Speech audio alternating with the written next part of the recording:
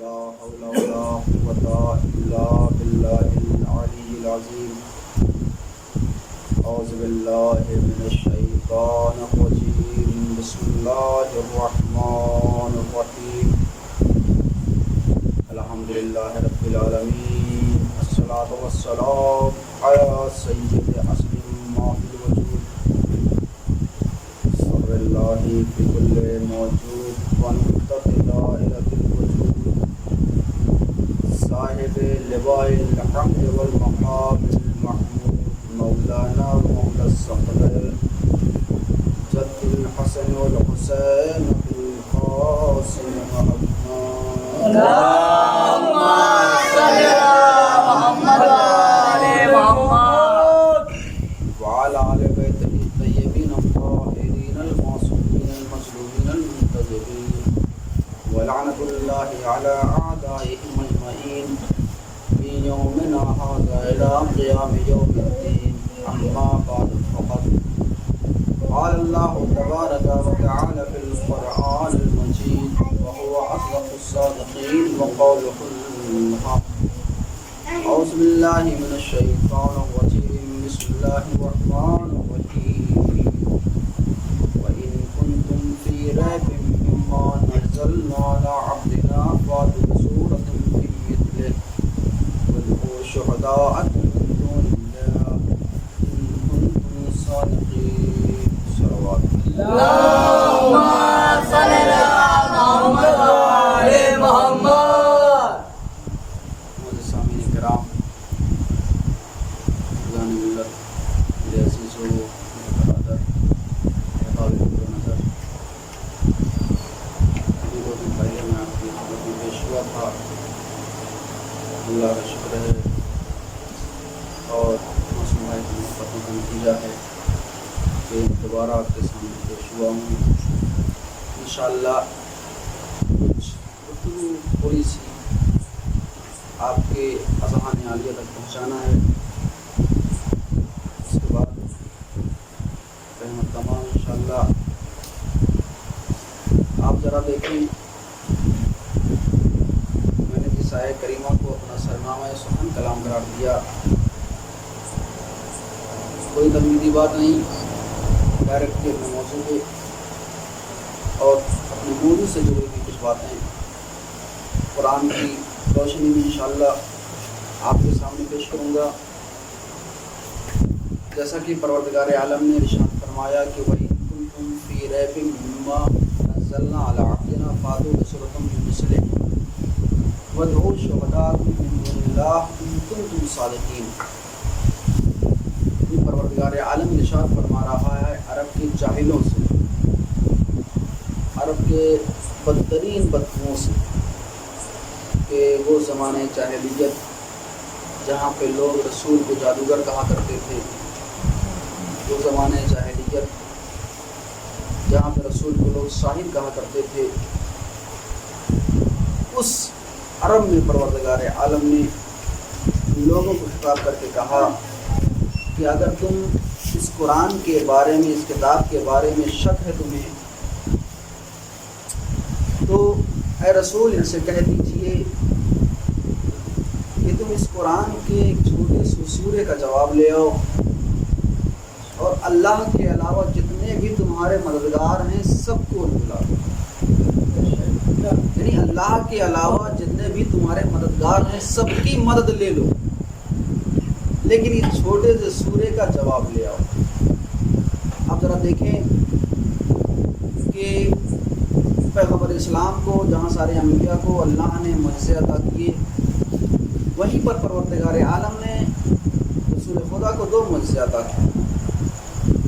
پہلا معجزہ جو کتاب کی صورت میں نازل کیا، وہ بھی بغیر کسی حوالے کے نہیں، بلکہ قرآن میں آیت بھی تھی کہ وَإِن كُنتُمْ فِي رَيْبٍ مِّمَّا نَزَّلْنَا عَلَىٰ عَبْدِنَا فَأْتُوا بِسُورَةٍ مِّن مِّثْلِهِ. اگر تمہیں اس کتاب کے بارے میں شک ہے تو تم اس کے جیسا ایک چھوٹا سا سورہ لے آؤ. اور دوسرا جو عربوں کے تلوار کے جواب میں نازل کیا، یہ تو عربوں کے خطاب کے جواب میں تھا، لیکن جو عربوں کے تلوار کے جواب میں نازل کیا وہ بھی بغیر کسی حوالے کی نہیں، بلکہ اس میں بھی قرآن میں آیت تھی کہ وَأَنزَلْنَا الْحَدِيدَ فِيهِ بَأْسٌ شَدِيدٌ، ہم نے آسمان سے ایک ایسا لوہا نازل کیا ہے جو کافروں کے لیے شدید ہے، جو کافروں کے لیے سخت ہے۔ اور جبرائیل کا انداز بھی دیکھیے، جبرائیل کا کیا انداز ہے کہ جبرائیل جب بھی آیت الہی لے کر آتے تھے تو خاموشی سے آتے تھے، لیکن جب علی کی تلوار عرش سے لے کر آئے تو چلاتے ہوئے آئے، شاہ مردہ شیر یزدہ قوت پروردگار، لا فتح الا علی لا سیف الا ذوالفقار۔ صلوات پڑھ دے محمد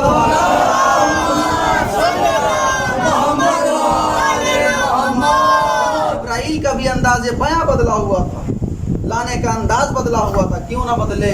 مولا کائنات کی جو ذوالفقار آ رہی تھی کافروں کے مقابلے میں شدید، اللہ نے کہا کہ ہم نے کافروں کے لیے ایک ایسا لوہا نازل کیا ہے، وَأَنزَلْنَا الْحَدِيدَ فِيهِ بَأْسٌ شَدِيدٌ، کہ ہم نے آسمان سے ایک ایسا لوہا نازل کیا جو کافروں کے لیے شدید ہے۔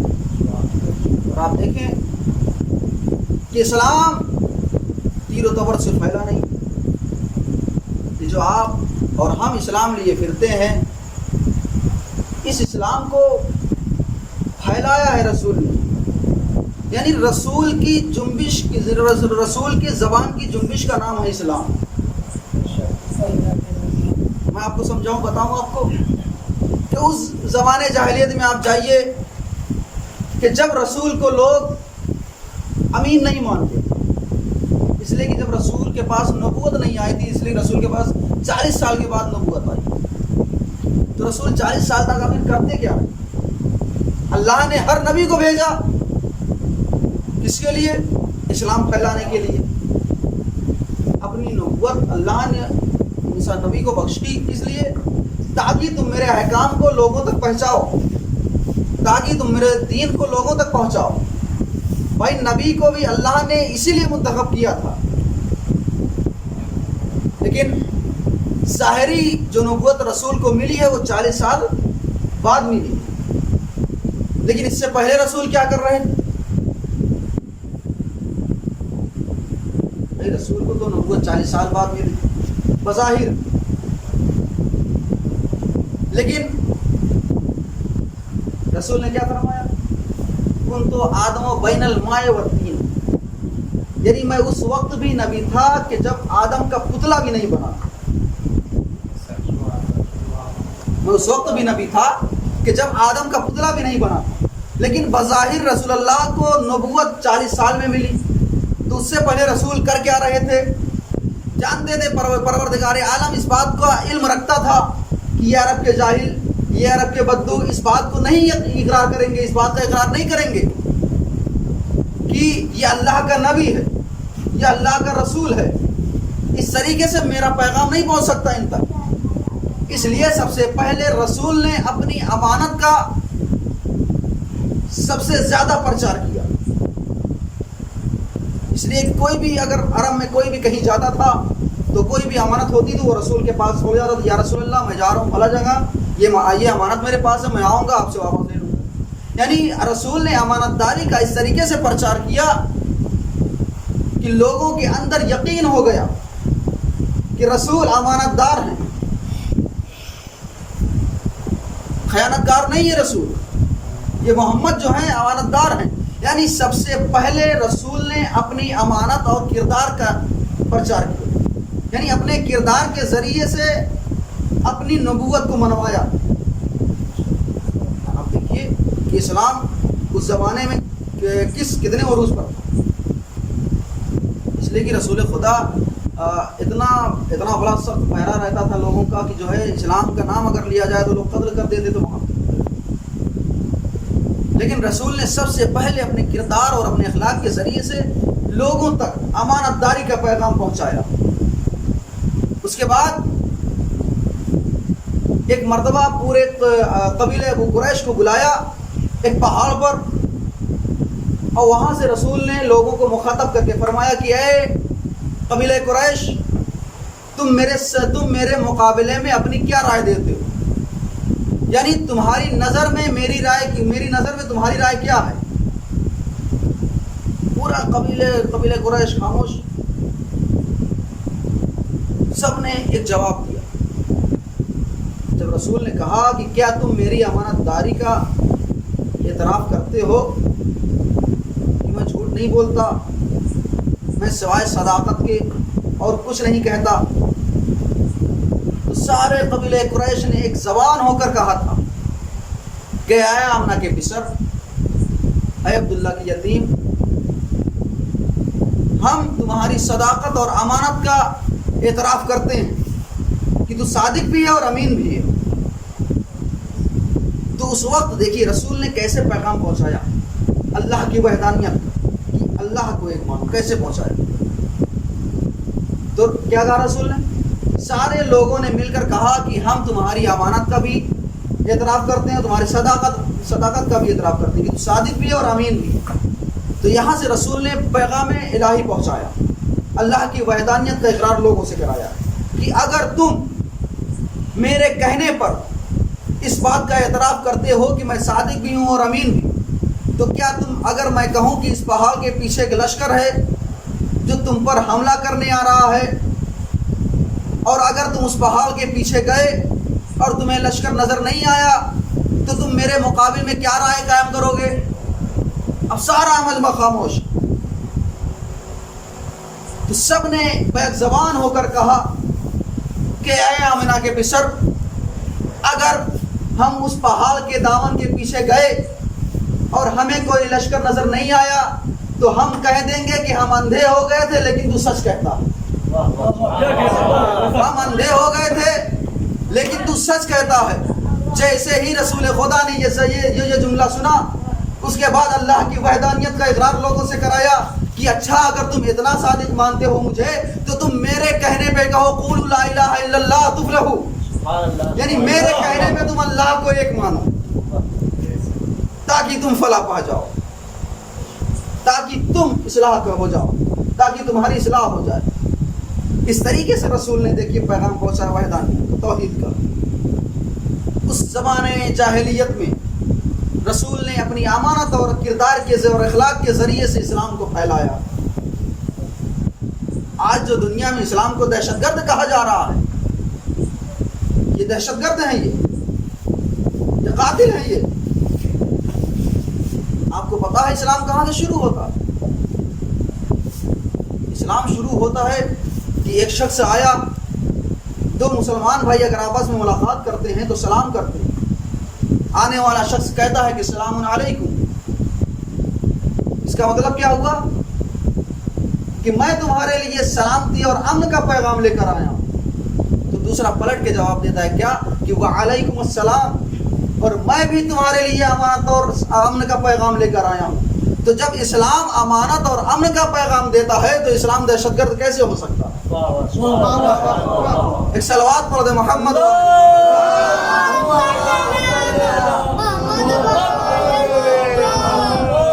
اسلام جو پھیلا ہے بڑی قربانیوں سے پھیلا ہے.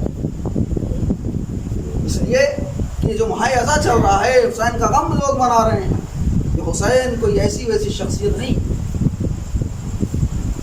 ہر دھرم کے لوگ حسین جیسی شخصیت کو مانتے.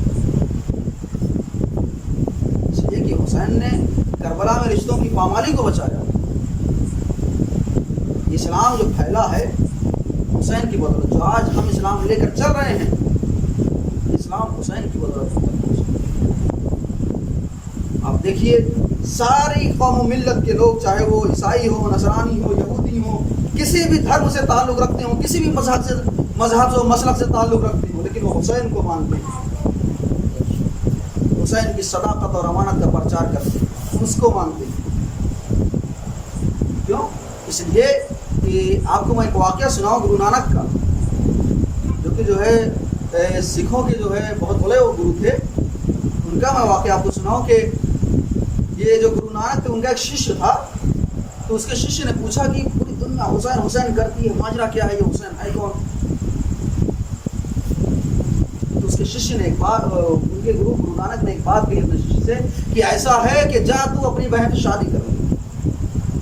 جیسے گرو نانک نے اپنے ششیہ سے یہ بات کہی, ان کا ششیہ تلملا گیا کہ آپ گرو ہیں, آپ اس کا مطلب یہ نہیں کہ آپ کچھ بھی کہیں اور میں مان لوں. اچھا تو جا شادی کر لے, اپنی بہن سے میں کہہ رہا ہوں جا شادی کر لے. کہا نہیں کر سکتا. نانک نے پوچھا کیوں نہیں کر سکتا؟ تو اس کے شیشی نے جواب دیا میرا ضمیر گوارا نہیں کرتا کہ میں اپنی بہن سے شادی کروں. پلٹ کے گرو نانک نے جواب دیا جو تیرا ضمیر گوارا نہیں کرتا اسی ضمیر کو حسین کہتے ہیں. صلوات پڑھ دے محمد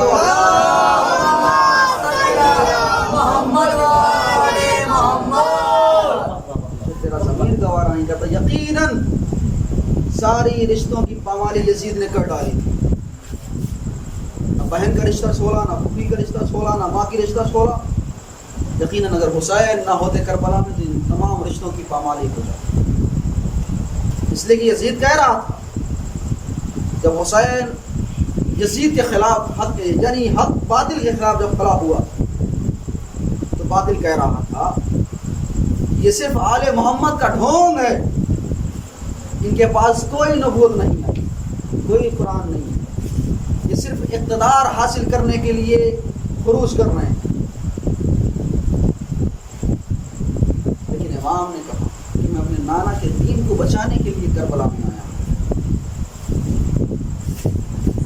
اسلام تک نہیں پہنچا, اسلام کو بڑی قربانیاں پیش کی. اس لیے کہ اس کربلا جو وارد ہوئی اس کربلا کو سیچا ہے حسین نے اپنے لہو سے. اس کربلا کو سیچا ہے حسین نے اپنے جگر گوشوں کے لہو سے. حسین نے اس کربلا کو اپنے علی اصغر کا لہو دیا. حسین نے اس کربلا کو علی اکبر کا کلیجہ دیا. جنگ میں کربلا یہ اسلام جو تک پہنچا ہے اسے نہیں پہنچا. حسین نے اپنے عیزہ و اقربہ کو قربان کر دیا کربلا میں. اس کے بعد جب اصحاب و انصار کو شہید کر دیا گیا تو جناب زینب کھڑی ہوئی حسین کی جگہ اور کہتی ہے میرے بھیا میں تیری قربانی ضائع نہیں جاؤں, نانا کے دین کو اب میں بچاؤں.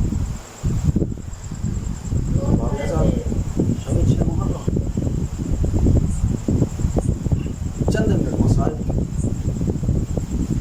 آج خصوصاً میں عمر محمد کے مسائل پڑھتا ہوں اس لیے کہ یہ تاریخ عمر محمد کے مصائب سے مربوط ہے. اب ذرا دیکھیں کربلا میں جناب زینب نے عمر محمد کا ماتم نہیں کیا. کربلا میں عمر محمد شہید کر دیے گئے لیکن جناب زینب نے عمر محمد کا ماتم نہیں کیا. کیوں؟ اس لیے کہ جناب زینب نے اپنے بھیا سے وعدہ کیا تھا کہ اے بھیا میں تیرے سوا کسی کو نہیں روکوں. ارباب اعظم جب یہ قافلہ 11 محرم کو اسیر کر کے میدان شہداء سے گزارا جانے لگا تو گنج شہیدہ میں 2 لاشیں ایسے تھے کہ جن پر رونے والا کوئی نہیں تھا. حمید ابن مسلم کہتا ہے کہ میں نے کربلا میں 2 لاشیں ایسے دیکھے کہ جن پر رونے والا کوئی نہیں. امام سجاد سے پوچھتا ہے کہ اے مولا سجاد کیا ان دونوں پر رونے والا کوئی نہیں ہے؟ کیا ان بچوں کی ماں مر گئی؟ ایک مرتبہ سیدھے سجاد چیخ کر کہتے ہیں ایسا ہے حمید ابن مسلم ایسا نہ کہ ان بچوں کی ماں میری پھوپھی زینب ہے. انہوں نے اپنے بھیا سے وعدہ کیا تھا کہ سورنج عالم ہم کے میدان میں تلیں گے.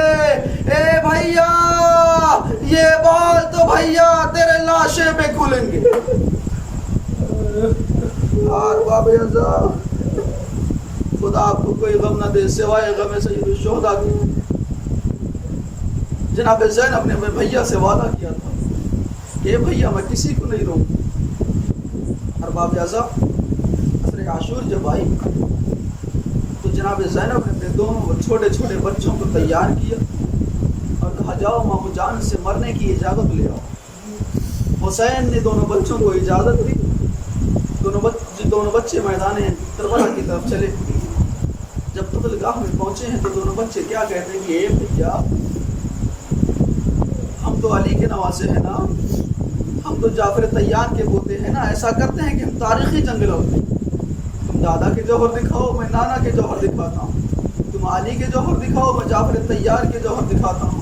لیکن ہاں بھیا جب تک دریا نہ آ جائے ملیں گے نہیں. ہار باب اعظم دونوں بھائی چلے میدان کربلا میں دونوں بھائی چلے، لشکر کو الٹتے پلٹتے دریا کے قریب پہنچے۔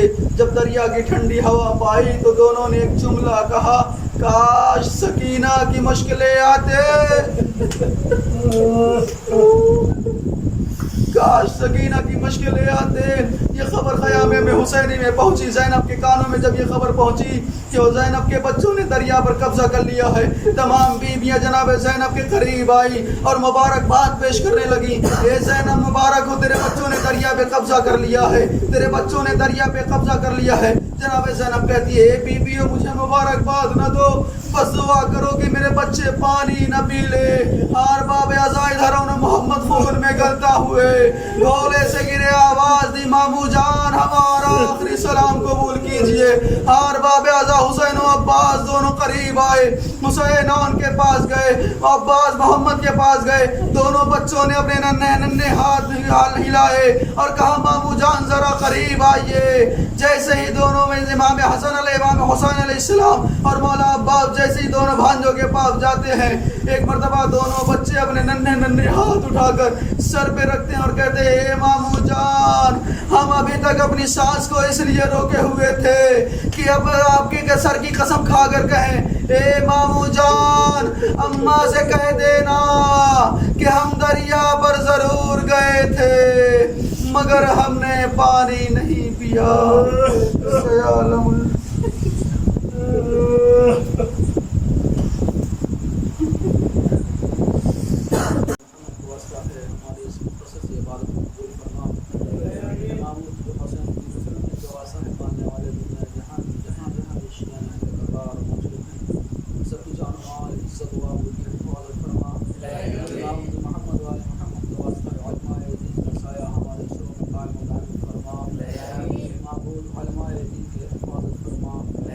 پالنے والے مقدس خائے مقامات کی حفاظت فرما، پروردگار محمد والے محمد کے واسطہ ہے دنیا میں وبا پالنے والے اس وبا سے دنیا جہان کی حفاظت فرما، پالنے والے محمد والے محمد کے واسطہ دشمنان اسلام کو رسوا و ذلیل فرما، معبود محمد والے محمد کے واسطہ ہے ہمارے حقیقی امام فضل ظہر اور بلند بطول حضرت امام علی رضی اللہ تعالی ظہور میں تعظیم فرما۔